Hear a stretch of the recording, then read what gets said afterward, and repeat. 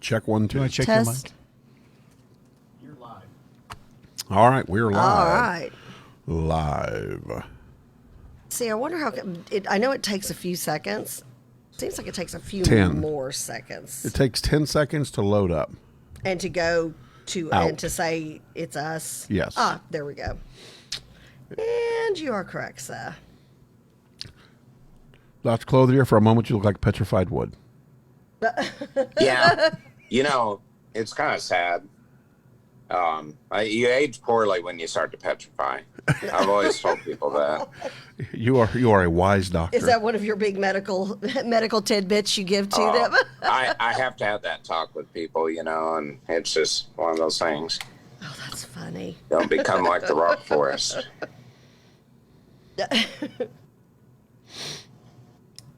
Have you ever been to the petrified forest, Dr. Clothier?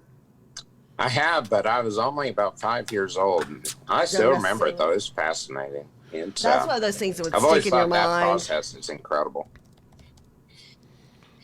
Hey, Dr. Clothier, I've got, I do a nebulizer at home. I just saw on Groupon the other day. Boy, they know their target audience as far as what I search for. It's a mini handheld nebulizer for your albuterol.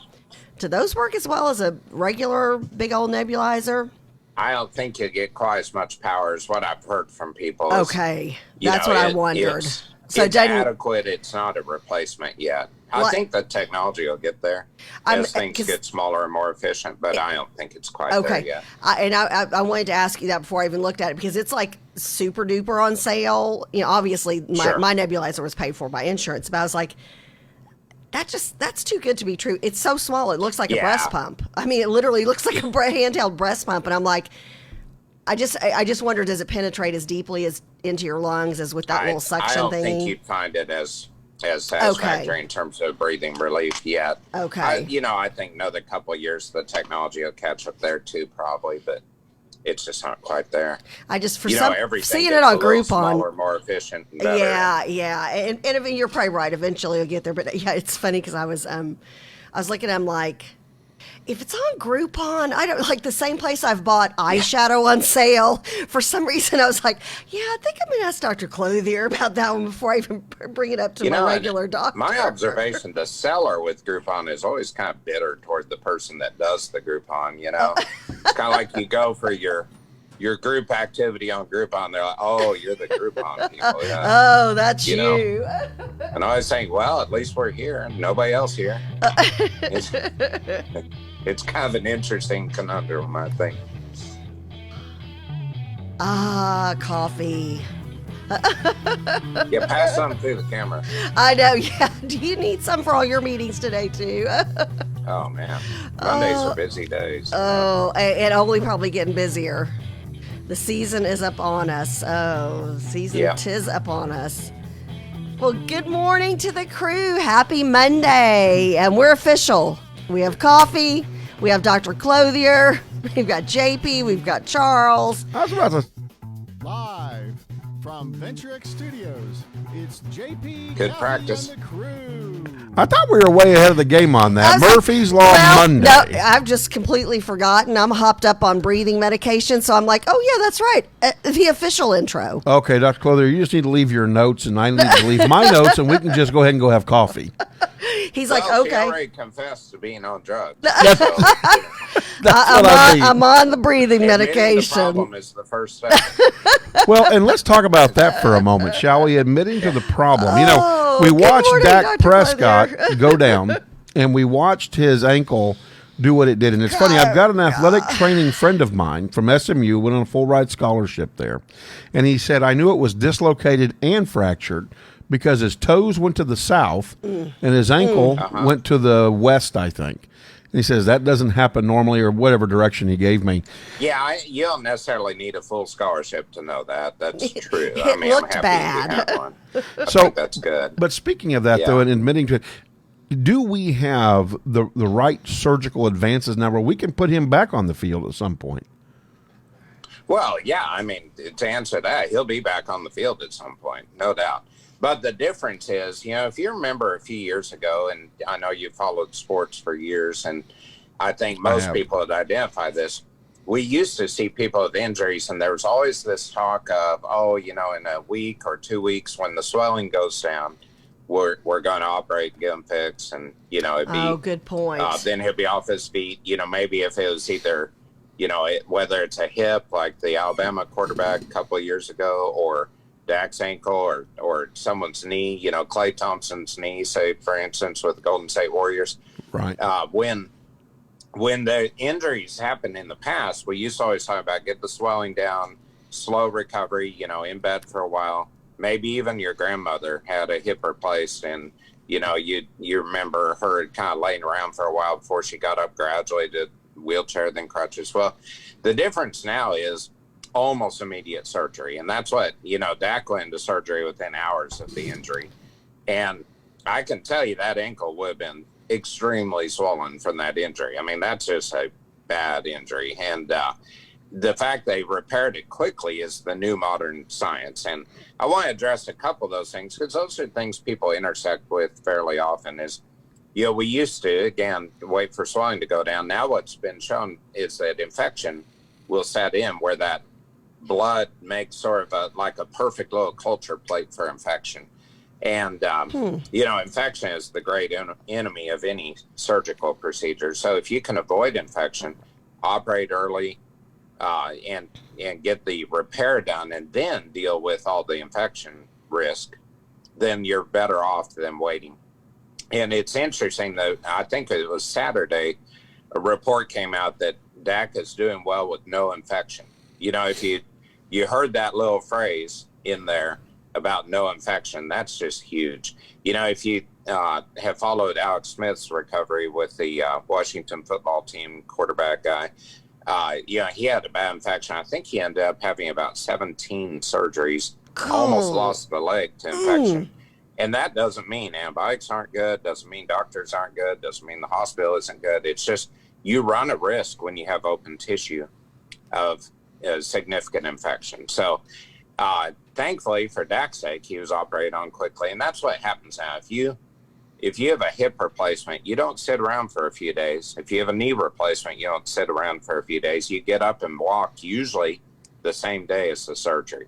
And I think that kind of shocks people. I hear people come back and say, I had this knee replaced and they made me get up that first day. But, 4 weeks into it, they're walking into my office doing pretty well. So we've learned a lot about recovery. Instead of waiting for the tissue to kind of beg us to get there and repair it, the best thing to do is get in there, repair it, and then recover. So that's a pretty significant difference in athletes and non-athletes in terms of joint injuries and replacements and such. So, Dr. Clothier, what created the ability to mainstream? I mean, I don't even know if that's a good word to use in medicine, but to be able to mainstream people into surgery that quickly, what was the big change in the medical field? Was it a mindset?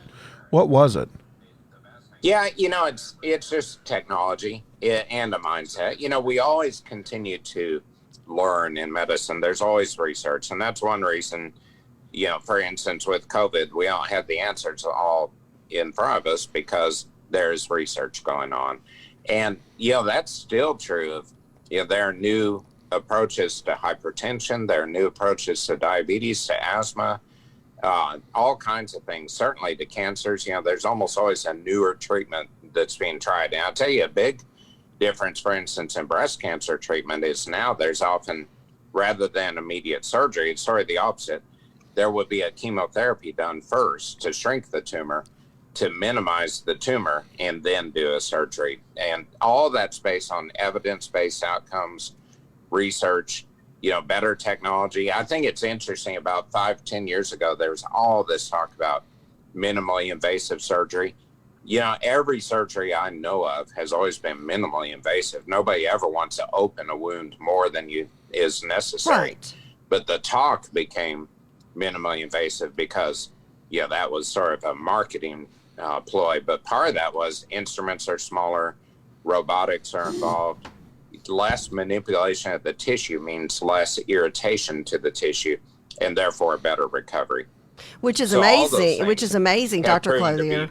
true over time. And, there are all kinds of advances you would never even necessarily hear about unless you're in medicine. But, like the way wounds are irrigated during surgery. Wow. Sometimes antibiotics are placed into a wound so that they'll, reduce the risk of that infection. Sometimes numbing medicine is placed into a wound so that people won't hurt as much, so that they are able to get up and move more quickly and be able to recover more quickly. So all that's just technology and experience and research. And that's why we need big research studies, big research institutions, all kinds of things that help us on a day-to-day basis. Well, and also, Dr. Clothier, you're talking about like arthroscopic. I know my knee, when I had surgery on it, was done arthroscopically, and they had said literally just a few years before I would have been, had at least, probably a 6 to 12 inch incision over the top of my kneecap.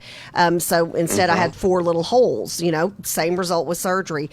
You think about like robotics. I had a family member who had kidney cancer, and as a result, literally there's not even like a need for stitches. They just kind of do like some kind of a surgical tape on the holes. Yeah, it's amazing. And you remove an entire tumor, a small portion of the kidney, all with robotic arthroscopics. That's amazing. Well, you basically keep the hands out. People's hands are the large piece of a surgery frequently. Right. And if the surgeon's hands don't have to be in there, and if you can guide equipment robotically, then, it is, it's just a tremendous benefit. Again, the more you get in and out and you don't manipulate tissue, the better the surgery. And I tend to see surgeons' outcomes. That's a medically relevant issue for referring people, for instance, to surgeons. And the better outcomes are those who are just really good with their hands, whether that's an open surgery, an arthroscopy, or a robotic surgery. Those who are really good at getting in there, fix it, get out, do very well. The ones that have longer term or longer duration surgeries and challenges getting in and out, the more time you manipulate tissue, the more challenging it is to recover. So, Dr. That's where experience plays a role too.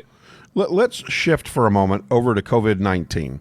So the word is coming out, and I spoke with a person that is a friend of mine that runs an emergency room up at Texoma Medical. They are packed. He was looking for hospital beds all over Dallas-Fort Worth, and people are now being staged in the standalone ERs. What can people do to stage their home to almost model a hospital room to get ready to go to a hospital? Sure, room? That's a really good question, because the majority of people don't need to be in the hospital. And I think 2 things need to be considered. One is, if you are short of breath, you do need the hospital. And we're talking like people who cannot complete sentences. We're not talking about like, when I run upstairs this week compared to last week, it takes me a couple extra breaths to recover. We're talking about profoundly short of breath, need to be at the hospital, or a high fever or other, like, being disoriented, some combination of fever, shortness of breath, and challenge. And those people need to be at the ER and potentially admitted to the hospital. If you just are sick, and I don't mean to make light of it, but if you have body aches and a fever, but you're breathing and you think you have COVID, you really don't need to be in the ER, and you don't need to be in the hospital. So what you need to do is have a place in your home where you can self-quarantine. You need somebody to check on you, maybe is the most important. Make sure that you're doing okay. You need, obviously, food, water, and you should use a bathroom that nobody else is using and a bedroom that nobody else is using. So that you can be contained in that area and try to minimize the risk of infection. What you don't need to do, honestly, is go out and, go to an urgent care, a doctor's office, or a hospital if you have manageable symptoms like that. Because even if you have COVID, if you test positive, there's nothing you can do about that. It's a virus. You just need to ride through it and recover. Now, again, if you're critically ill, that's a very different issue, obviously. But we could minimize the overrun of the hospital, the ER, the standalone facility, if people would self-quarantine when they feel they're sick, and be honest about it. Don't pretend you're well and go infect a bunch of family members or coworkers.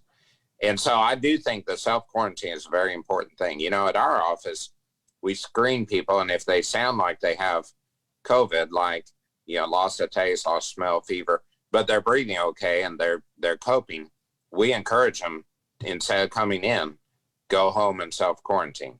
Because, no amount of analyzing that person, saying, oh, yeah, it's probably COVID, that doesn't help you recover.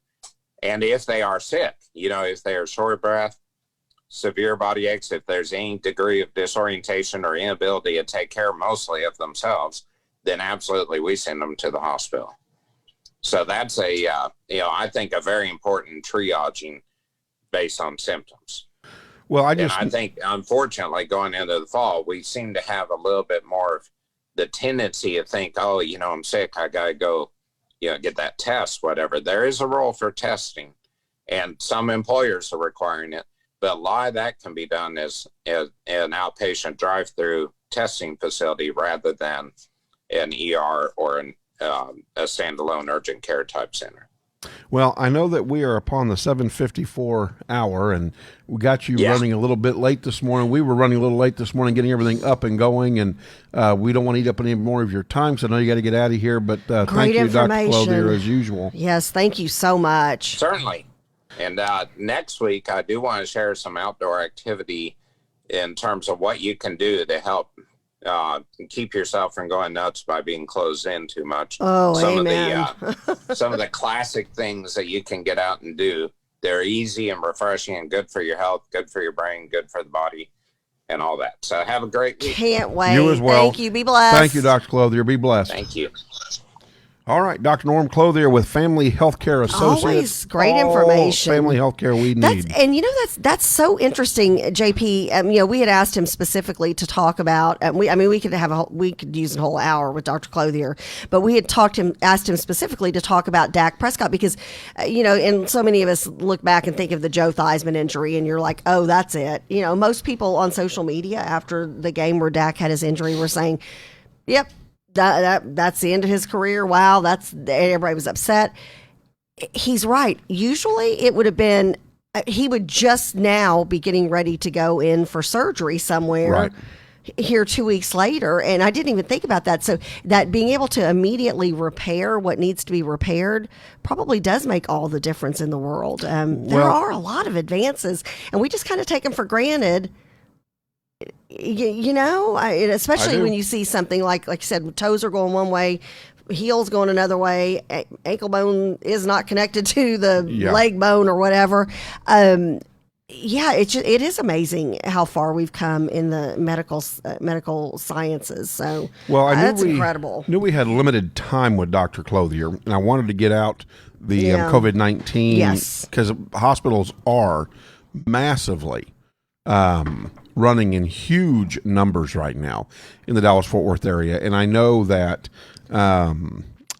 they are packed. And like I said, Dr. Dave was calling around trying to find a hospital, and so I wanted to get to that. But one of the things I wanted to mention about surgeries being able to be so much faster as well is the fact that there are a lot of clinics now or doctors' offices that do day patient surgeries. I think we do more day patient surgeries today than we've ever done.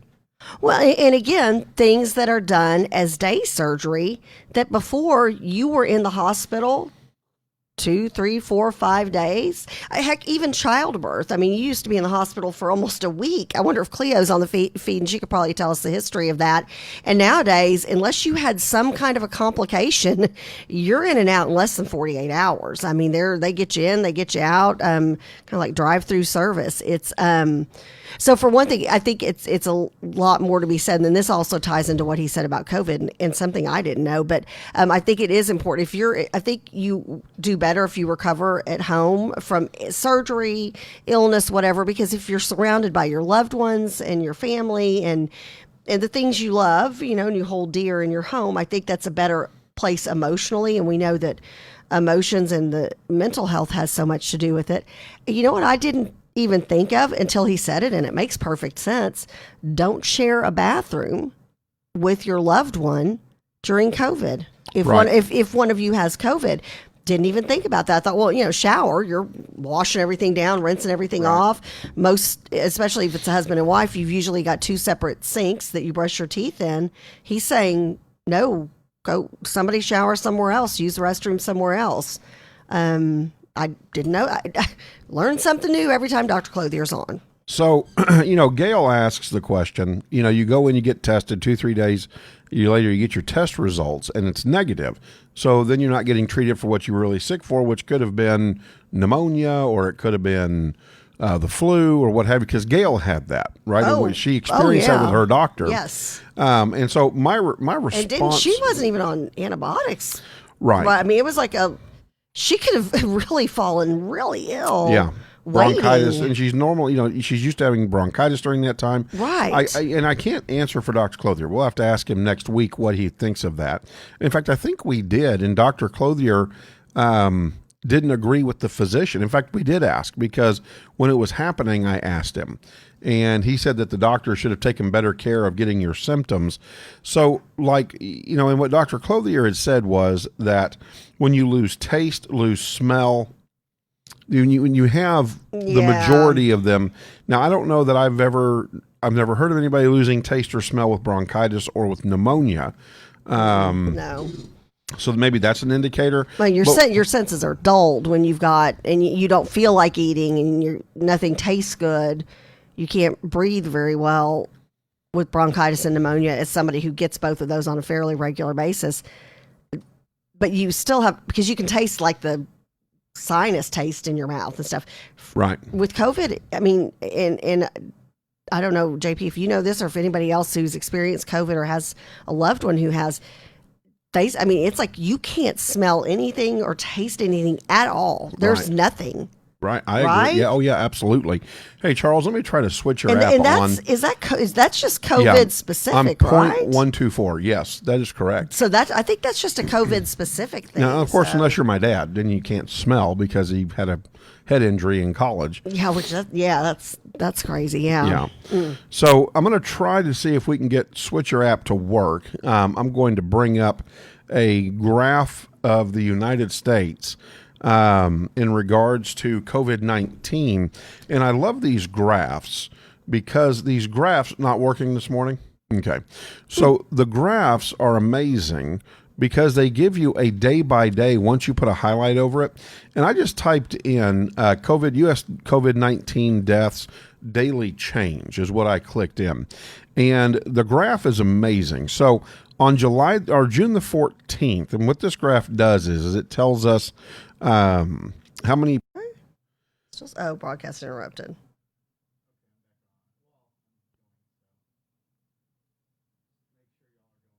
Will it be on the same feed? Hopefully. Let me make sure we're going. Let me check. YouTube should be okay. I think it looks like, hold on. Broadcast interrupted, but we're back because Gail just talked to me. Back. We're back. Are we here? Okay. So, and of course, Dr. Hood points out something really well as well. And remember, if you're at a hospital with COVID, no family member will be allowed in, so you are isolated in a germy place alone. So you're isolated in a germy place. Yes, and Dr. Clothier, being the doctor and the professional he is, uses the word germy. Yeah, or is that a Judge John Payton interpretation? I'm going to say that's a Judge John Payton interpretation. I'm just saying. So when we go back to April, our deaths reached 1,700, 2,700 on April the 14th, and then we dived down in June, 929 on June the 10th. Then we spiked to 2,400 on June 25th, and then we dropped dramatically, and then it's leveled out, and then we run here between 1,900 to 1,700. And again, we're now at 220,000 deaths reported. You know, the accuracy of the reporting is coming truly into question at this point, and I question it. We've got people who are being reported to not even have COVID-19. And it's interesting because they did, but they're not getting reported in. I've got doctors telling patients, don't go get the test, you have it, just go home. And here's what you need to do. Which is interesting because hasn't that been such a huge push because the government wants those numbers, and sometimes people were counted with COVID, so the numbers were skewed at some point. Yes. And they're still interesting. skewed. But then there are some people, I think, at this point. Now, I remember when we were exposed to it, my family, we went and we did, well, as an adult now, I had my son who's underage. I had to take him physically into a clinic. But as far as when I got tested, I sat in my car. I did not crack the window, did not open the door. The person was in basically a hazmat type style looking, suit. So, interesting. Yep. Interesting. I think if you've got it, and take care of business. Absolutely. And so when looking at the worldwide numbers, they claim that we're at 1.1 million, 27.5 million have recovered, and 40.1 million have actually had COVID-19 that they are aware of, right? So we're 1/5 of the world's deaths, supposedly. If you go to the same graph, it'll tell you state by state what everything looks like. And so in California, they've had 878,000 COVID-19 cases and 16,900 deaths. In Texas, 868,000 with 17,500 deaths. In Florida, they've had 755,000 cases with 15,000 deaths. And I wanted to get to this number. In New York, now you tell me how Governor Cuomo has handled this right. All right. This blows my mind. New York has had 489,000 cases and 32,000 deaths, 32,900, almost twice the number of deaths. Well, and if you look at it, a large majority of those have come out of the New York City area. People live on top of each other. People were taking the subway. I think there's something to being able to spread out. For example, in Texas, our homes are not right on top of each other. We don't do a lot of public transportation. My husband went to get a haircut in the downtown or the Deep Ellum area the other day. Was like, I think I'm going to take the dark rail. Haven't done it in a while. We usually take that to the fair, but didn't go to the fair this year. Or didn't have the opportunity to go to the fair the normal way this year. And he said he got to the parking lot. It's kind of creepy. There were, he said, 5 or 6 cars in the entire dark parking lot, like early in the morning. And he's like, you know what? I think I'll drive. Said it was just kind of like a ghost town. So I think people are very concerned about that, being super close to people. And I think in New York, that was a big issue for them. Well, but then the medical response, right? Yeah. And here the president rushes a medical ship out there. Absolutely. And a naval all ship, kinds of medical supplies. And yet their death rate is almost double what everybody else's is, but yet their infected rate is almost half of the big states. And so just very curious about when this is all said and done and the dust settles, because Cuomo has taken quite a hit on how he handled the rest homes, right, and nursing homes, and that he sent people back and they just died. And it's like, how poor of a response was the government in New York in assisting their own citizens? And then the way they treated other people that came into the state from the medical field to help out. And they're wanting to charge them state income tax on the money they made while they were there on location helping when they come back to their home states. Because we have a lot of Texas nurses and doctors that went out there. Oh, absolutely. And the state of New York is wanting to charge them income tax. And to me, that's horrible. I even have a dear friend of mine, I'd mentioned her on the show, who used to be my dentist before she moved to the Pottsboro area. But she was also, before she became a dentist, she was an ER nurse. So she took advantage of what Governor Abbott put in place, which was to be able to reactivate your medical license, especially for nurses, because there was such a need. And I'm just sitting here thinking, so she shut down her practice, lost, income from being a dentist, went on her own personal dime over to take care of people in another state, which is a good and decent thing to do. Right. And then you're going to hit that person up with additional taxes? Yeah. Are you kidding me? Oh, yeah. Coach Quigley piped on to the feed. He said, "Did you all see Sunday morning where singer Christopher Cross was a segment, and he acquired the coronavirus, and then due to the virus, Guillain-Barré syndrome, paralysis, Oh, and Guillain-Barré, Thank yeah, you. yeah. And lost his voice. Oh, dear God in heaven. Oh. As if a you result if you get of- caught between the moon and New York City, he's got an amazing voice. Not anymore.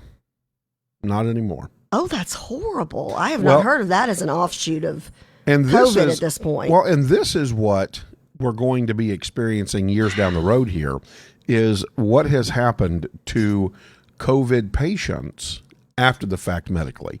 What tissue damage has been done? Heart damage, liver damage, right. kidney damage. We don't know. I think you won't know. I mean, 10 years from now, we'll still be learning what has happened.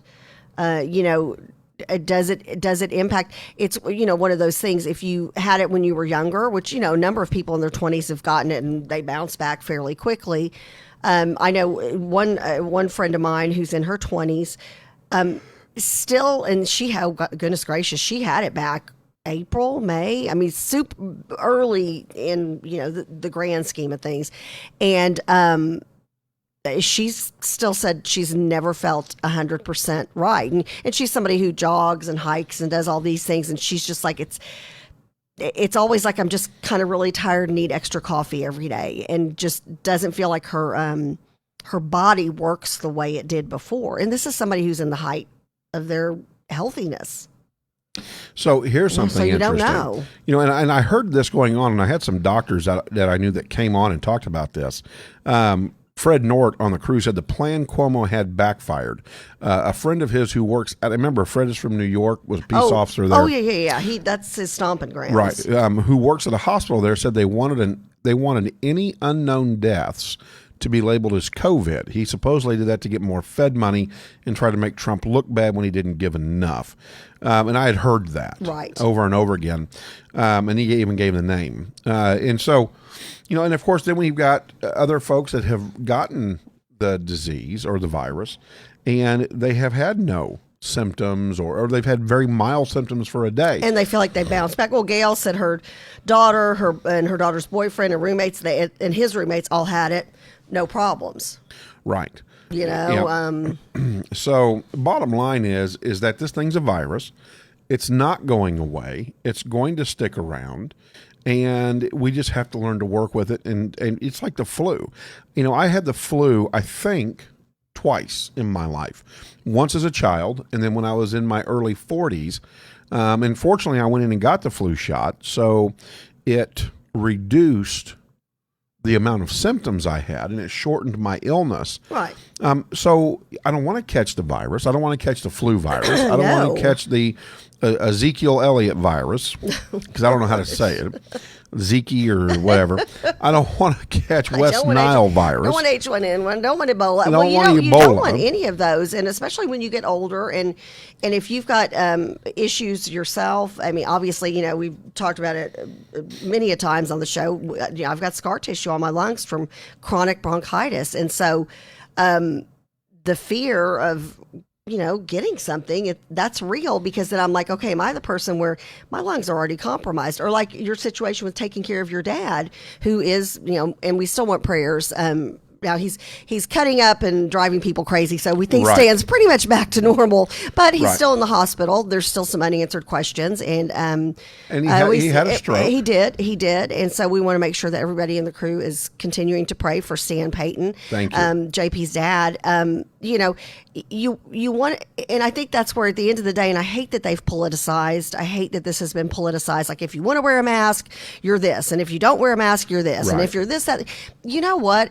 We're all individuals. We all have our own opinion, and thank God we live in the greatest country on God's green earth, and we should be able to have our own opinion without being shamed in one shape or form. Right. But at the end of the day, I think everybody wants to take. I know there's some people out there, and maybe they're younger. They're like, oh, I don't care. I'm fine. I'm not going to get it, whatever.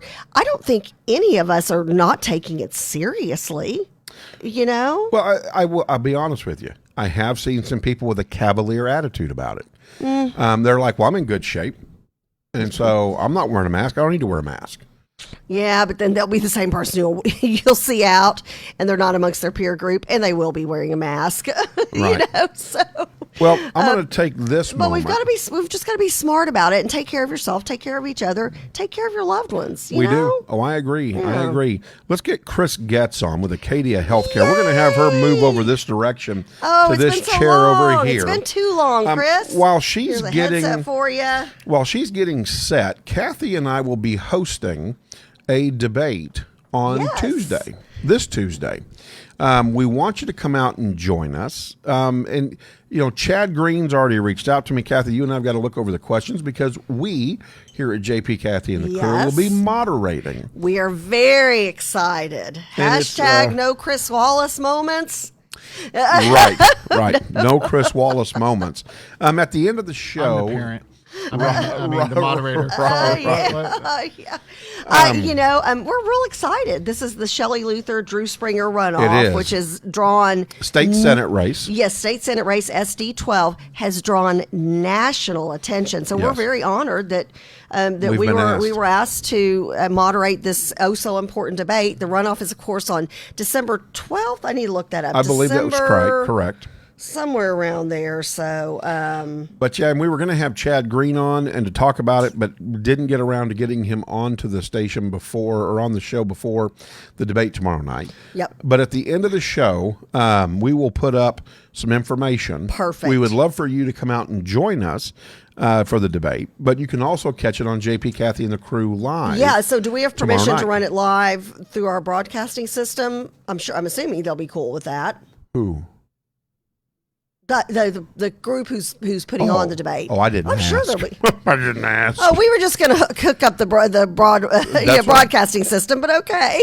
That's what I'm doing. Chad, folks, is that cool? Yeah. I'm assuming it's okay because other people will be doing live from their phones. I'm and just stuff. doing it. I'm not Okay. asking. Ask. That's their fee. What is that? Ask forgiveness, not permission. Yes, that's their fee. So yeah, towards the end of the broadcast, I will look it up and get that information over to Charles and have him throw it on the screen.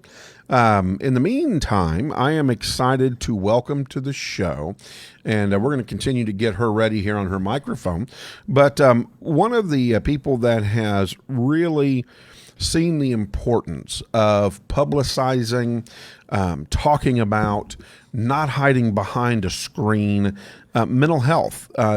Patty and Steve, and I don't remember if you remember Patty or Steve or not from the Mental Health Moment, but they are back, and today is our kickoff day for the Mental Health Moment. Of course, Patty is with the Something for Kelly Foundation, and Steve Dunn is with the Morgan Foundation, and so as well as I am.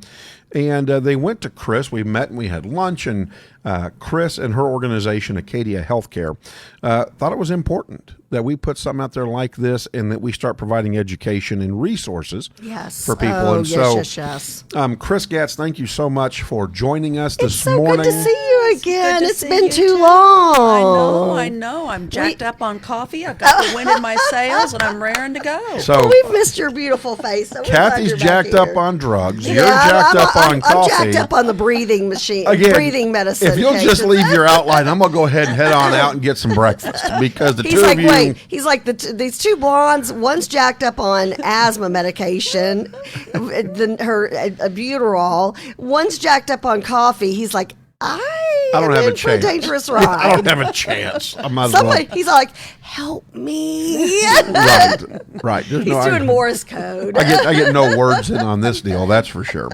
So with that being said, though, so Chris, first of all, thank you again for you and Acadia Healthcare for seeing the importance of not allowing mental health to become taboo or stay taboo, not Right. become, stay taboo and make it mainstream. God bless you and your company for doing that. Thank you for sponsoring It's a the pleasure Mental Health and a Moment. privilege. Yeah, it's a pleasure and a privilege. So talk to us about Acadia Health. Just give us a quick summary. What is Acadia Health about and how can they help people? Well, we are the largest provider of behavioral health in the world. We have 584 facilities and possibly counting for all I know. Right? And I love this company because there's so many resources at our disposal. So about 5-6 years or more ago, they started this initiative with, treatment placement Right. specialists, so as to provide this concierge service for persons that are maybe needing a higher level of care, residential, hospitalization, Okay. IOPs, PHPs. So And IOP is is that the in-house? intensive outpatient. Okay, so you live at Yeah. home, but you come back. Yeah. Okay, and then what's the other one? Partial hospitalization, Okay. or PHP, is where you're there for about 6 hours a day. Okay. several Getting days treatment, then you yeah, go- but you okay, still go gotcha, home. And then gotcha. residential is when you're actually in a facility for anywhere from 21 to 90 days, depending on the facility. Some facilities may keep you for 6 months. Wow, okay. So, and then that's where you're actually staying there at the facility. So we have a child and adolescent division. We have an eating disorder division. We have adult residential. We have strategic account managers. Which this is what I really love about working with Acadia. I can partner with our strategic account managers, which are folks that have been assigned to specific people groups. For example, we have a veteran division and a specialist to serve veterans. We have a couple of former chiefs of police that are assisting with first responders. We also have, I just got off the phone with our psychiatric nurse who works with all of the professionals programs, and we make sure that we get them in a professionals track. So there's a lot of we can provide quite a concierge service. And here locally, I'm just a resource. I'm a resource, and I can help with persons that are, whether it's beginning, prior to getting some sort of resource, Right. or while they're at the facility, and even after they've come out of the Okay. facility. I'm here to provide all of those wraparound supports and act as the concierge while they're in treatment, and work with them and their families. So very quickly, how do they get a hold of you directly? Because you will help them in this area. If somebody is watching this show and they need help, they do not have to be public. They do not have to expose themselves. They can make a one-on-one private phone call to Chris Getz. Absolutely. How do they get a hold of you? Well, there's 2 telephone numbers, 469-400-7499. That's the BAT phone. But my personal phone has also been used as a work phone as well. So 817-307-4538. Okay. All right, very and good. we want to make sure we get those from you afterwards to put them in our feed for this Facebook Live feed so people have access. And we've talked about this before with mental health, and it's just so important. There's a friendly voice on the other end of a phone call. And even if you feel like you're overreacting, better to act and be safe rather than be sorry. Better to have your family member, your friend, your spouse, your partner, whoever it is, upset with you because you thought, you know what, I need to take serious action. Right. But at least they're still with us. Right. And I am a licensed therapist too. So sometimes people just need someone to talk. They need to just be able to process. And so just having that voice on the other end of the phone that can just listen and provide ideas and resources can be very helpful. How important is it today for organizations like yours to be socially responsible and do things like this? Sponsoring the mental health moment. How important is that, especially during COVID-19 times? I think it takes the stigma out of, any mental health concerns. I think we are, all of us will struggle with something at some point of our lives just because of the world that we live in. I mean, you may, death of a loved one or divorce. Yeah. We all struggle with something. Loss of a career, all kinds of stuff. Right. I mean, one of the funny things I remember just from grad school was evidently when we were all, going through the DSM, we evidently were going up to the professor and saying, I've got this. And he finally just stopped the class and said, look, we're all going to struggle with these things from time to time because we're human. The difference is how many symptoms you have and for how long. So, yep, that's a good point. So going one step further is important during these times for a company like Acadia Healthcare, because they don't have to do any of this. They don't have to sponsor the mental health moment, but yet they choose to do so. And I think it also helps build confidence in people as well to know that you're out there doing something locally to help support the local community. So our hats off to Acadia Healthcare for finding the importance of that, and we appreciate them for that. You're most welcome. As well. And so just kind of a finishing question, right? COVID-19, because it's a big one. Yeah. It's been huge. Suicide numbers are up amongst teens. Alcoholism is up amongst adults and teens. Drug use. General spousal substance abuse is up amongst adults and teens. Spousal abuse, child abuse, depression, anxiety, eating disorders. I mean, we have all kinds of craziness going on with food and eating because everybody's stuck at home, right? And some have lost weight and some have put weight on. And so how has Acadia responded to that, and how have they been able to help in this COVID environment? Well, you mentioned adolescents, so I've seen a huge surge in adolescents needing residential treatment. And so I know some of my facilities have opened up second units so that they can, keep them more socially distanced. A lot of our facilities are, because they're so overwhelmed with admissions, opening up, when they do have space, or shifting things around so that they have more space. We're doing a lot of things virtually due to COVID. We're doing a lot of testing, asking for tests prior to admissions. Okay. And then limiting, the amount of people that are coming in. So a lot of our facilities are taking precautions all over the nation. Kind of depends on where. Some of our facilities maybe are in a location where COVID is not quite as bad as it may be, say, in California. Right. So, they may see people still face to face, but they're socially distancing. Okay. So Acadia Health, have you guys had a run with COVID in the facilities?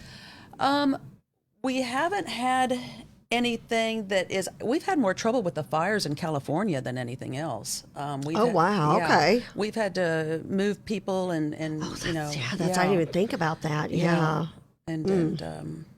Well, y'all have adapted. I mean, you've got a very professional organization. You've got within y'all's group, and including yourself, Chris, y'all have got forward-thinking people who think out of the box, because you're always trying to, how do I put that client first? How do I get that person from this point of despair to, productive member of society again? So you guys, I think y'all naturally think like that. So maybe something like COVID, obviously you've got to put certain things in place, but you guys are already thinking 10 steps down the road as far as how to help your patients. Yeah. They were on that from the get-go, just all the way to the top, talking about what do we need to look for? What can we do? How can we help support? Yeah, God bless and alleviate concerns when people are traveling across the state lines. Absolutely. Well, I cannot thank you enough, Chris Getz and Acadia Healthcare, for being a sponsor again with the Mental Health Moment. We will not let you down. Kicking off the mental health moment with us. This is awesome. So very exciting. We will not let you down. I promise you. Our first guest today on the Mental Health Moment is an amazing woman who's doing amazing work. Yes. Out of the University of North Carolina, brought to us by Patty and Steve, really the Something for Kelly Foundation, doing an amazing job, and the Morgan Foundation help making that happen. And so we're going to be excited here at 8:30 to get that rolling. And so just one last comment. From a fashion standpoint, love the necklace. I know. She always looks great. She's always accessorized. She Love always the has necklace. great shoes or boots on. I love seeing Chris during the winter. Side note, nothing to do with mental health, but she always has cool shoes or like some kind of cool boots on or something. Yeah, Absolutely. good point. I was all over the necklace too. The necklace is very good. Hopefully she got it from Patty, because Patty does jewelry. I get a lot from Patty. So hopefully she got it from Patty. Yeah. Well, Chris, thank you so much for joining us. And don't leave the studio, because we've got the Mental Health Moment coming right on with Acadia Healthcare. And just so you'll know, in the future, we hope to be part of the genetic testing initiative. Very nice. And she's opened up the can. fantastic. She's opened up the can of Chris, worms. you've done this before. What a great transition. She gave us our transitional line from one guest to the next. All right, so thanks, as Chris. We we, love you. We really appreciate you. Appreciate Thank you. So as we shift, we're going to talk a little bit about November the 11th. She gave us our own She did. We didn't even have to have a transitional line. Chris gave it to us. She did. Charles, you should have Dr. Cyndi Bulick coming into the waiting room, if not already there. Cindy's in the waiting room. Okay. Yay, She used the good. Zoom link, right? Not the Google Meet link, right? I don't know, but I did get a text. She's Okay, in, Chuck she's in says the waiting she's room. there. While we're getting everybody settled, though, I want to talk about November 11th, Veterans Day. Here at JP, Kathy, and the Crew Network. The network will be hosting a telethon from 7:30 to 5:30 on Veterans Day as we kick off the a new disabled show. Yeah, A new disabled veterans. Why do I do that to myself? New veteran show, A new military veteran show. And we've got a great new program coming up. Of course, we've got Kilroy's Conversation, and they've got a certain format that they talk about. This is going to be specifically about how do you go from military life to civilian life in a successful manner. Even if you're in civilian life and you have been for years, there may be things that are there for you that you don't know about. Of course, the Disabled Americans veterans, gosh, now you've got me making up words. They're going to be hosting this they're this talk show. Sponsoring This new talk show that we have. We kick it off on Veterans Day. We're going to have a blast up here. There's going to be breakfast, lunch, happy hour. There's going to be paper football league games going on. Several people from our different podcasts are going to be coming up here and doing a portion of the show and talking about what they do. I think Gail and Steve Meeks are going to be up here with some financial Michelle from stuff. the Crew is going to be up here, I know for a fact. Perfect.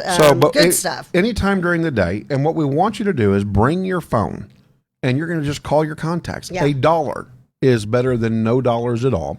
All that we raise that day will go to Disabled American Veterans. Yes. 97 cents on the dollar goes to the veteran, which is amazing. So your donation is. Fred is just confirmed guaranteed. he will be here on that day as well. Yay! Okay, so and we'll have members of the crew like Fred if they want to pop in on the microphone. And absolutely. Take a 15-30 minute segment. They can come on in. So and talk about it and make phone calls. Yeah, a number of the folks who work here in office out of the Venture X building, which is just such a great environment to be around, such a positive place, especially during COVID. And we're talking about people having trouble working from home. Come up here for a very affordable price and be around other people at a safe social distance and take care of your mental health by working out of Venture X. Right, not having the kids grab a hold of your shirt tail. Speaking of shirt tails, I'm going to ride the coattails of the most amazing doctor in the country as far as I'm concerned. She's incredible. Dr. Cyndi Bulick. Good morning, Dr. Bulick, and thank you for joining us again. It's great to be back, everybody. Amazing work that you're doing. I am so pleased that you are the first guest as we launch you on our network with the Mental Health Moment. We've created our own network, Dr. Bulick. We're out of control. And that way we can bring you in on a big screen TV. Oh, she's all raised the roof. Yeah. Okay, so she's brilliant and hip. Very much so. And we cannot thank enough, and we've got Steve Dunn that's going to join us here from the Morgan Foundation. Cannot thank enough Patty Gillette. I love saying her name. You usually say it I say it wrong. I normally say it say wrong. I probably said it wrong again. Dr. B says, how do you pronounce your name? Because the only person I've ever heard say it is the judge. And I don't know if he's saying it correctly. He's saying it in a super fancy way. So we've got the Something for Kelly Foundation in studio, and cannot thank Patty enough for bringing Dr. Bulick to JP, Kathy, and the Crew Network. Steve Dunn is somewhere out there. We're going to bring him out of the internet world. But my understanding is, Dr. Bulick, you are doing amazing things. And I'm going to turn it over to Patty and let her dissect what you're doing, because I am so very excited to hear all of the news. And just, again, I'm just thrilled that you're here with us. And I've missed you and glad that you're here with us. So thank you, Dr. Bulick. You betcha. Always happy to be on. Good morning, Dr. Bulick. Once again, welcome, and thank you for joining us. John and Kathy, if you only knew how busy this woman is.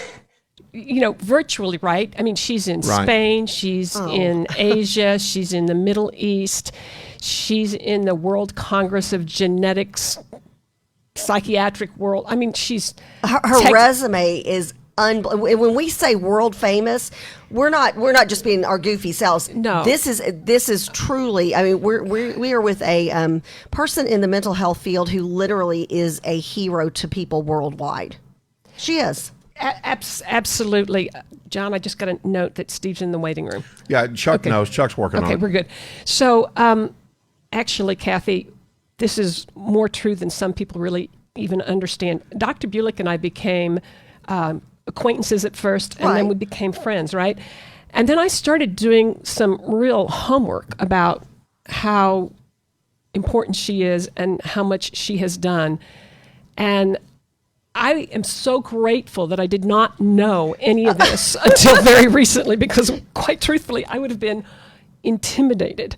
So she graduates high school early. She graduates college early. She's in the top of her class. She's a world-class figure skater. I mean, that's so cool. You name it, this woman can do it. And oh, by the way, she's a geneticist. So, like, okay, that? Dr. B, we are so grateful to have you with us. But there's Stephen Dunn. We have Dr. Steve as well. Of course, his is a JD. Not nearly as impressive as Dr. Bulick. No offense, Stephen. We love you, Steve, but Absolutely. And what Patty did not say is one of the great things about Dr. Bulick, of course, is she's one of these really intelligent nerds. She's got this nerd quality about her that's just so compelling. She's like, I didn't know this was a roast. This is your life, Dr. Bulick. But she owns it beautifully. So there you go. Absolutely. All right. So we got to get out of the way. I want the information mental out. health moment. I want to start Take it peeling away. the onion. I want to hear what she's been doing. Let's get to her. Let's get to her. So Dr. Bulick and I met each other, 18 months, 2 years ago, something in that flavor. And I invited her to come to the Something for Kelly annual event last year. And she's talked about her most amazing research initiative on anorexia. And she learned so much about the metabolic connection. And then I learned that she has this additional opportunity for research. And I'm going to kick it off and ask you, Dr. B, to talk about the newest initiative that you launched last week, which Something for Kelly is doing a major support for. Sure. And again, thank you for having me back and for talking about EDGI, which is our new initiative, and it stands for the Eating Disorders Genetics Initiative. And that follows on the heels of the study that Patty was talking about, which was ANGI, which was the Anorexia Nervosa Genetics Initiative. But the reason the name has changed is we have expanded, and we're not just looking at anorexia nervosa now, we're also looking at genetic factors that influence risk for bulimia nervosa and binge eating disorder. So the three main eating disorders. So Dr. Bulick, would you talk a little bit more about what you anticipate these results will be able to help you to do? Treatment, identification, diagnosis, take it and really give us some in-depth information. Sure. Well, I think I'll sort of rewind and say what the ANGI results let us to be able to do, and then I'll move into EDGI. So ANGI has basically led to a whole reconceptualization of what the causes of anorexia are. So originally, we thought it was just a psychiatric disorder, and our results not only identified areas on the genome that influence risk for anorexia, but we also unearthed what you just mentioned, Patty, is that there are not only psychiatric origins, but there are also metabolic origins to anorexia nervosa.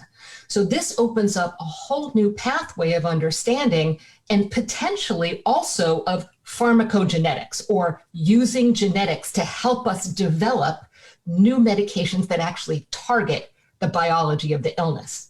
And the goal, of course, is to be able to do the same thing for bulimia nervosa and binge eating disorder. So I found out something that I found to be very interesting, in that everybody hears the word genetics. So there's the Anorexia Genetics Initiative, and then there's the Eating Disorders Genetics Initiative. So there's a lot of focus on genetics, but your research is really more than genetics. Would you talk a little bit about the research that you want to do, or that you're doing, not that you want to do, and the survey that people would take? Because we want to direct our viewers to this research. So talk a little bit about nature versus nurture, and talk about how they can participate. Sure. So the best way to participate is to go up to www.edgi.org. And the bottom line, Patty, is I am moving people away from nature versus nurture to really embrace nature and nurture. because it really is about how they act independently and co-act, how nature and nurture interact with each other. And what we're doing this time in EDGI, more than we did in Angie, is we're gathering a whole bunch of information from people. So not just about their eating disorder, but also about other experiences they've had and other feelings they've had. So self-report information online about depression, about anxiety, about life events that they might have encountered, and about substance use as well. And up until now, we really haven't been able to harness the environmental factors that influence risk for eating disorders. And we think the way to do that is actually via genetics. Because basically, we're all exposed to these cultural messages about thinness and dieting, but we don't all develop eating disorders. So if we can figure out what genetic factors make some people more vulnerable to those illnesses, that's going to be a good outcome of this research. So I didn't quite... Doctor, one of the things we hear about research studies in the past is there's been some questions raised that they're skewed, that they only involve the Anglo community. What is being done to be more inclusive of minorities, BIPOC, LGBTQ, those people who have been or claim to be excluded from past studies? So a couple things, Steve. So one of the things that we've done is we've made sure that we've profiled people from all sorts of backgrounds as examples of people who participate in EDGI. So we had a big media launch last week, and we had, I think, 20 or 30 people who we profiled from all sorts of different backgrounds. Even different languages. So we had Spanish-speaking people, we had traditional Mandarin-speaking people, we had people of all shapes and sizes and colors. And part of what we're actually doing is specifically inviting people from broad backgrounds to participate, because you know as well as I do that eating disorders don't discriminate. And part of it is really figuring out how best to reach those people and encourage them and to get them to trust us to participate in the research. And in fact, we're going to be launching EDGI Español in a couple weeks. We're actually working so that we're going to have all of our questionnaires in Spanish, so people who feel more comfortable participating in Spanish will be able to. Doctor, you mentioned this real briefly there. Get them to trust us. What do you mean by that? Has there been a bias that has, or perceived bias that has prevented the marginalized communities from participating before? And I think that is one of the beauties of having this being a completely online study. I mean, all people have to do is fill out a questionnaire, and we send them a little saliva tube that they spit into and send it back. And one of the things that we found in North Carolina, which has a very big Latino population, is that, coming to the big place on the hill, especially if you're undocumented, it can be intimidating, and it can be something that people don't want to do. And so that's why I think making it so easy, something that someone can do from, once they get online anywhere, really increases the likelihood that people will feel comfortable participating. Dr. B, speaking of diversity and people not feeling comfortable, I'm just going to put it out there, and I'm sorry if this is sensitive, but a lot of us know that the Black community does not feel safe with research, medicine, doctors, and we have talked about how do we get people, not just the Hispanic community, but people of color who are very concerned about sharing their genetics, doing a saliva test. We've had some pushback and some resistance. And so I know this is not an easy conversation, but we don't care whether it's easy, do we, John? Well, that's the point, though, of us doing this, right? And Acadia Health supporting and sponsoring all of this is that we don't want it to be taboo. We don't want it to be behind the curtain anymore. It has to be in the forefront. Society has to learn that this is a part of what we need to be doing. And so that's what Dr. Bulick is doing. So part of what Something for Kelly is doing is helping to diversify this population. So Dr. Bulick, help us understand how we can reach out to those communities, not just the Hispanic and the other languages, but the people who are afraid and concerned about doing this test. Actually, I'm going to volunteer one of my colleagues to come on your show. I've been working with Dr. Rachel Good, who's a doctor of social work here at UNC, and she has done amazing work adapting cognitive behavioral therapy for binge eating disorder in the African American population. And her work is brilliant because, instead of saying that cognitive behavioral therapy is one size fits all, she is perfectly clear that we need to make certain adaptations to make it comfortable for the community, not only what the content of the therapy is, but where it's delivered. And again, she's looking at community, places where you can identify people who are interested in participating, going so far as to going to local churches and local hair salons where people gather and saying, this is me. I have been through this. I am part of your community. And we want to hear from you the proper way to adapt our treatment to make it comfortable for you. Instead of, someone like me saying, well, I think this would be a good idea to do. She is in there working with her community, figuring out how best to bring treatment to people where they go for it and where they're comfortable with it. That is an excellent point, Dr. Bulick. John, were you saying something? Well, I'm going to tell you something. I can't wait to get that person on, Dr. Bulick, and here is why. Demographics are not necessarily even culture or race based. It could even be regionally based. For example, this is and I'm taking us into food, interestingly enough, but for me, chili doesn't have beans, but in Michigan, chili beans are automatic. To me, that's chili beans. Culturally, to me, it's just chili. Chili is no beans, and so them are fighting words. They are. Okay, tune in Friday for chili beans or no beans throwdown. Just saying. Coming into chili season, it is. Okay, then. We digress. But my point is that the mindset of our community then becomes even more micro within that community, which could even go even more micro into that culture or race base into that community. And so I can't wait to have her on. And can we peel the onion back far enough? Is there enough money in the research? Do we have enough people?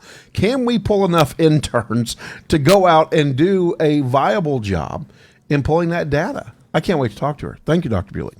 We will definitely have I your think colleague one on. thing I will add to that is actually the pipeline has to start early. We don't have enough diversity in people who do research in eating disorders. So we need to start identifying people as early as high school, to start doing internships with us and summer internships with us so that we can sort of cultivate their careers all the way through college, graduate school, med school, whatever, and make sure that pipeline doesn't leak along the way as well. That's an Doctor, so how do you make to the average high school kid that you want to bring in as an intern? They're going to hear eating disorders and mental health, and most of them are going to say, peace out. What can be done to make them understand that this is a serious, compelling topic, and if they immerse themselves, great things can occur? I think we're getting there. We had a couple high school interns just this last summer that we had to do virtually, of course. But we have reached out to the North Carolina Science and Math High School. We've had interns every summer working with us. And I think part of it is also making sure that we appeal to people who love biology. Because, if we're just talking about psychology, you don't necessarily get the people who want to do the hard genetic research or really get to the underlying biology of these illnesses. So once we start debunking these myths that eating disorders are a choice and somehow just culturally caused, and help people understand, you can do brain research and you can do genetic research. And I mean, eating is pretty biological. So, once we get people to realize that that's all connected, we get some pretty darn interesting kids interested in doing research with us. Quick question from the crew, Dr. Bulick, and I think it's a good question, and it goes back to your nature versus nurture, or nature and nurture. With this genetic testing, will we be able to know if these disorders are from nature or nurture? So again, we are gonna know, and we already know that it is both. So it's never going to be just one gene. So we've identified 8 regions on the genome for anorexia. We anticipate that there will be hundreds. And that's really where we're going. So what happens is once our sample size gets large enough and we have enough people participating and enough DNA from enough people, these genes start to assort into pathways. And then those are the biological pathways that have gone awry and might contribute to risk for eating disorders. Now, you can have high genetic risk for an eating disorder, but never necessarily express that genetic risk. If, for example, you never go on your first diet, the diet might be the trigger. And that might come from an episode of bullying. So right then and there, you have nature and nurture working together to cause an eating disorder. And that's what we're going to be able to figure out. How is that going to inform you about diagnosis and treatment and saving lives? Because at the end of the day, that's really what the Mental Health Moment and Something for Kelly and the Morgan Foundation are about. We are about saving lives. And I know you are too also, Cyndi. So I'm not saying anything that you don't already believe in. No, that's absolutely my passion. And I will say one thing sort of to the side, as I think things have gotten worse since the pandemic started. I have been contacted by more people who have lost their children from anorexia since this pandemic started than I have ever in my entire career. I'm sorry. So I think when we look back, we're going to see an uptick in deaths from this illness. But back to the question. So right now, when someone walks into my office for the very first time, I don't look at their genes. I look at their family history. I look at, the course of their illness, but I have no way, Patty, of predicting who is going to get well after a year and a half and who is going to go on to develop a severe and enduring course of the illness. And part of what we're hoping is that the genetic work that we're doing is going to help us be able to identify maybe what subtype of an eating disorder they have. Maybe they'll have a more metabolic type of anorexia rather than a more psychiatric type of anorexia. And that could direct how we go about treating them. Because right now, it's one size fits all. We expect everybody to respond to the same treatment. And as you know, we have no FDA-approved medications for the treatment of anorexia, and only one for bulimia and only one for binge eating disorder. And bulimia that's been approved for like over 20 years. And then people just sort of walked away and said, one's fine. Imagine if they did that for high blood pressure. It's like, imagine if we only had one medication for high blood pressure in our armamentarium. I mean, most of us would be dead from strokes at this point. So we have to broaden the clinician's toolbox for all three of these eating disorders. Okay, guys, I've got to run off to court, but before I do, just have one last question here. We've got thousands of kids going into these residential treatment programs every year. What do we need to do to bring the residential treatment programs in and have, when kids are being admitted, it's mandatory that they do the EDGY survey? Well, we can't make research mandatory because it's always a voluntary enterprise and you always have to fill out informed consent. But we sure would love to get all those residential programs on board and letting their patients know that this study exists. Because in the long run, we can help them. We can help them do better. We can help them design evidence-based treatments that actually direct the underlying causes of people's illnesses. And bottom line is, we all want people to get better. And that really is why we're all in this field. Dr. Thanks. I am out, guys. Can't wait to be back on with you next week. Dr. B, thank you, of course, for all you do. Take care, Steve. All right. Thank you, Bye, Steve Steve. Dunn. Also want to take this moment to identify our sponsor for the Mental Health Moment today, Acadia Healthcare. Visit them at acadiahealthcare.com. Contact your concierge. That's right, Chris Getz. Contact her at 469-400-74. And, of course, my eyes are horrible. 7499. Again, that phone number, 469-400-7499, and cannot thank Acadia Healthcare. And we'll for, put that information. We will. Yeah, in our feed. For bringing the mental health moment here to the JP, Kathy, and the Crew Network, where we can get great people like Dr. Cyndi Bulick on from the University of North Carolina. So, Patty, back to you. Doctor, you mentioned something just a minute ago, and I don't know if everybody understands that. You mentioned something about a subtype. Would you talk a little bit about that? Because I think that the people know generally, who are viewing us, know generally about eating disorders and obviously mental health in the big picture, but talk a little bit about the subtype that you were referencing. Sure. So right now, just in terms of the diagnostic categories, we know that there are two subtypes of anorexia nervosa. One is the restricting subtype where people just don't eat and increase their physical activity. One is the binge purge subtype where people have anorexia, but they also binge eat and they might engage in other compensatory behaviors like vomiting or laxative use. But that's not what I was talking about. What I'm talking about is whether we can actually use genetics to identify different types of anorexia nervosa or different types of bulimia nervosa.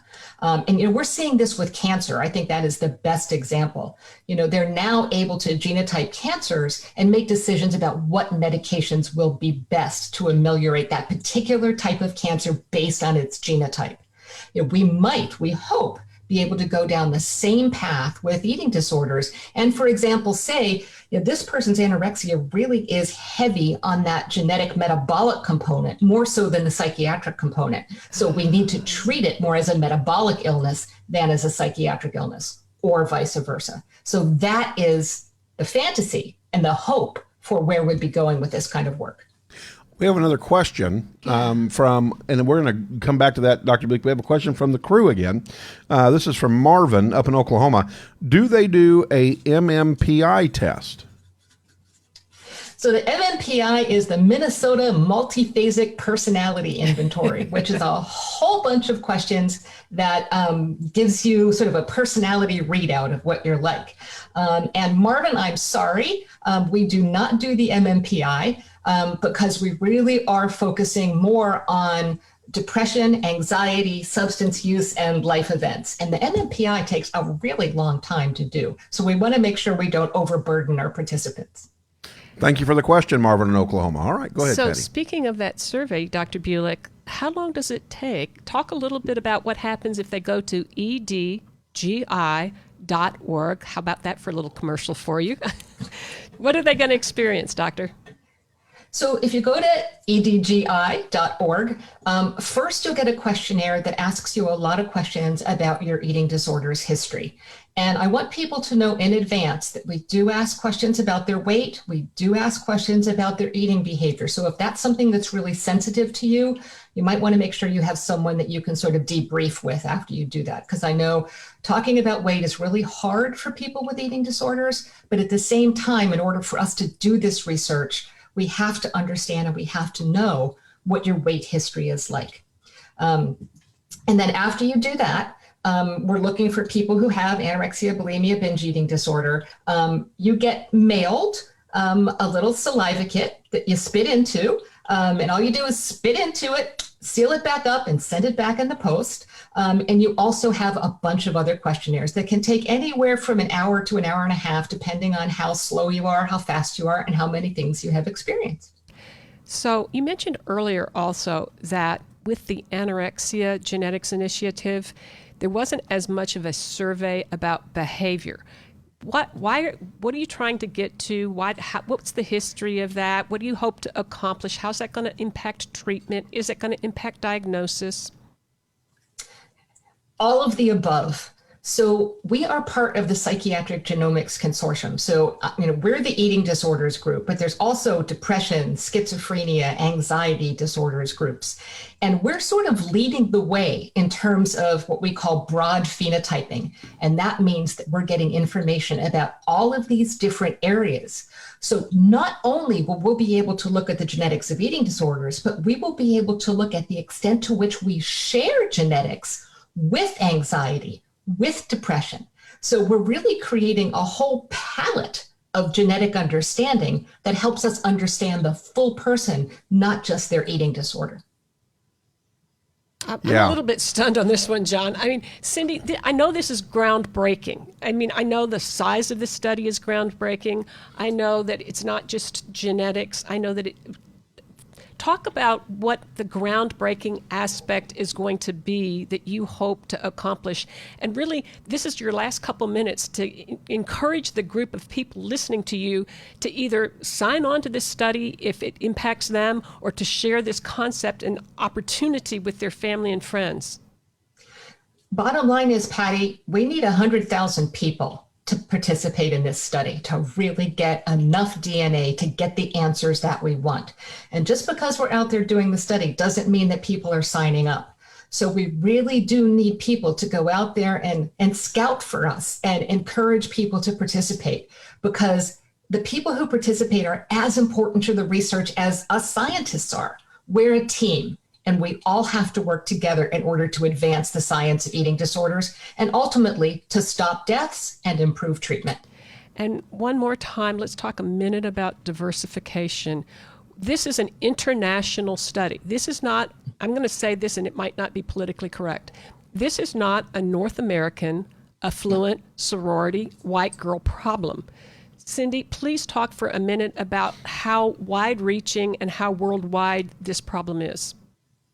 Right. I mean, so right now we have New Zealand, Australia, Denmark, Sweden, the United States on board, and the UK on board.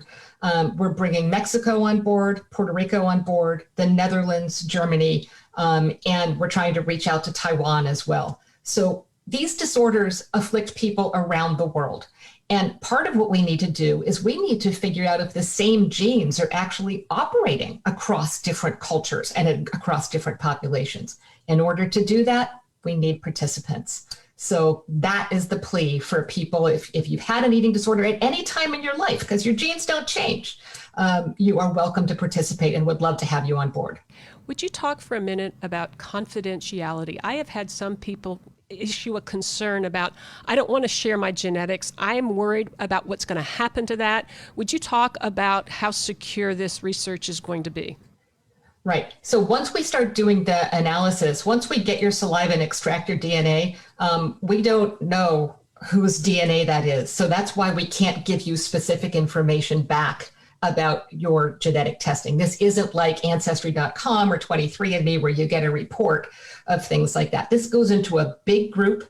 We connect it with the information from online, but we don't have it connected to your identification. So that is, we have all sorts of ethical permissions. And in Europe, we also have something called GDPR, which is an even more stringent security and privacy law. So we are maxed out in terms of privacy and confidentiality. Well, and I was going to say this as well. You know, our sponsor, Acadia Healthcare, wants to be a partner with a partnership, I think, with UNC and your research, your genetic research, Dr. Bulick. So I think you may be getting a phone call. I was going to say, call me. Chris Getz has a big old smile on her face in the back of the studio. So, yeah, I think there's going to be some contact There's there. going to be a partnership brewing up there. Absolutely. Love it. You know, and I'm going to be contacting you, Dr. Bulick, because I've got an idea of a way that JP, Kathy, and the crew can create an internship program here in Dallas to support the research that you're doing and be able to get out amongst the Dallas area. So we'll talk about that. I will contact you and we'll talk about that. Y'all are wonderful. Thank you so much for having me on again today. Oh, well, goodness gracious. we could not have had a better kickoff to our new and improved mental health moment on JP, Kathy, and the crew. We are so grateful and so blessed just to know of a person like you, but to actually have contact and interaction and bring this knowledge to the crew. And at the end of the day, and Patty and I were kind of mouthing to each other, this is saving lives. You're saving lives right now, so thank you for that. Dr. Bulick, thank you. And we will have you on again as you want to talk about the progress, the participation, and then ultimately, obviously, the results. So we'll have you back again. Absolutely. Awesome. And when we kick the training wheels off the mental health moment and give them their own hour, Oh, you'll have to kick them off again. There we go. One more kickoff. You know where to find me. I'll be here. Very good. Thanks, That's Cyndi. Dr. Cynthia Bulick, University of North Carolina. Thank you so much again for joining us. Have a very blessed day, Dr. Bulick. Thank you. You too. Bye. Take care. All right. Again, we want to thank Acadia Healthcare for all they have done. We want to thank the Something for Kelly Foundation, the Morgan Foundation. Be prepared. There's going to be a lot of information coming out of JP, Kathy, and the crew and on the network about an event coming up very quickly with the Something for Kelly Foundation. So Thank you, JP. Yes. Dr. Bulick's going to be involved in that as well. Will that November be the another 5th. get the crew involved? Get the crew involved. Get the crew involved. Yeah. We're love it. gonna kick off the edgy moment, and we're gonna kick off a lot of announcements. So yeah, tons of excitement to do and talk about.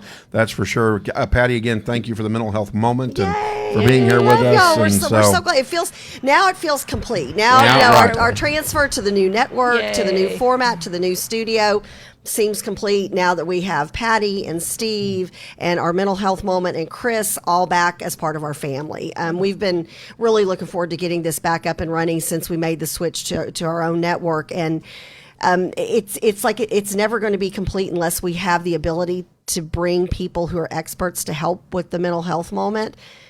And especially now more than ever. Right.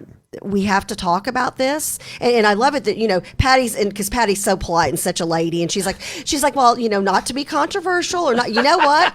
Patty, you've got our permission. Be controversial. Because put it out there. This shouldn't be a controversial thing. This should be, everybody should talk about mental health. Everybody should be willing to be as hungry and as rabid as they can to find information. The comment about blood pressure that the doctor made, I'm one of those that I've tried all 3 classes of blood pressure medication. One I'm allergic to, like put me in the hospital allergic to. So that's the thing. She's right. If there were only one blood pressure medication out there, I wouldn't be here. There'd be a large number of people who wouldn't be here. So we've talked about this with diabetes. We've talked about this with cancer. JP's asking for prayers for his dad who had a stroke.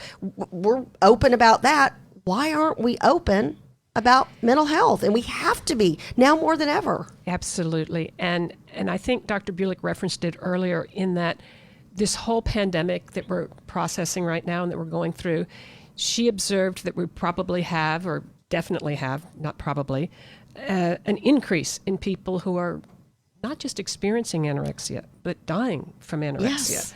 We have a colleague who is a regional medical director for a hospital, and she referenced a statistic that the calls to eating disorder centers are up 80%. I mean, that's a staggering number. Yeah. So if this pandemic can bring about us having a normalized conversation about mental health, yes, about the high risk of eating disorders, there's a whole conversation about the isolation that goes around this pandemic and why that is a trigger for eating disorders, because eating disorders thrive in isolation, and that's a whole subject right there. Well, and I think any mental health issue thrives in that isolation. And so if you're suffering, reach out and get help, especially during the pandemic. I think people who maybe have a little bit of have had trouble with anxiety or disorder or eating disorders, whatever it may be, I think it's even stronger, and we haven't even seen the tip of the iceberg. We haven't. That's why we're just so happy that y'all are back on with us. God bless all of y'all. I'm hearing the music. I'm hearing the music. I thought that was you humming. No, that's not me humming. You're absolutely welcome, Patty. Okay. And this is why we need a whole hour. That's right. Before we go out, I want to make sure we mention the Collin County Conservative Republicans are going to be hosting a debate with Shelley Luther and Drew Springer for the state Senate seat. That is tomorrow night, October 20th at 6:30 p.m. at Redemption Point Church at 107 East Lamar Street, McKinney, Texas. Be there. We'll be there. We will. We're moderating. So you're welcome to come out and see the debate, or tune into JP, Kathy, and the Crew Network. Because we will be broadcasting permission or not. Yeah, I'm not asking. Hey, and a new show starts here in about an hour. Oh, that's right. That is the Heart and Soul of Texas Women, a faith-based show that super excited, that will hopefully help, especially during times like this, inspire other women to use their faith and their Christianity to get them from one day to the next, or 1 hour to the next, or 1 minute to the next. So spend an hour working and then come back and join us again as we get ready to kick it off with Lisa Chastain and Kathy Ward. We're excited. All right. Love y'all. Have a blessed day. Have a blessed day. Mwah.